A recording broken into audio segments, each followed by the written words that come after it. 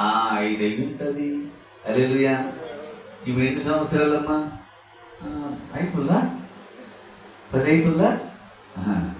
ఏమ్మా ప్రార్థన చేస్తావంటే అబ్బా ఏనాది. పాట పాడతావమ్మా అంటే అబ్బా నాకు రాదు. హల్లెలూయా. కనీసం చదివి సగం శిక్షించిపోతావా అంటే ఎప్పుడో ఒకసారి. ఏంటంట ఎప్పుడో బుద్ధి పుడితే. హల్లెలూయా. అంటే ఆమె ఉన్నటువంటి అనుభవం ఏమనుభవం చెప్పాలి. ఆమె అనుభవం ఏమనుభవం? ప్రార్థన లేని అనుభవం, పాటలు పాడలేని అనుభవం, కనీసం చర్చి పోయే క్రమం అన్న మంచి అనుభవం అంటే అది లేదు.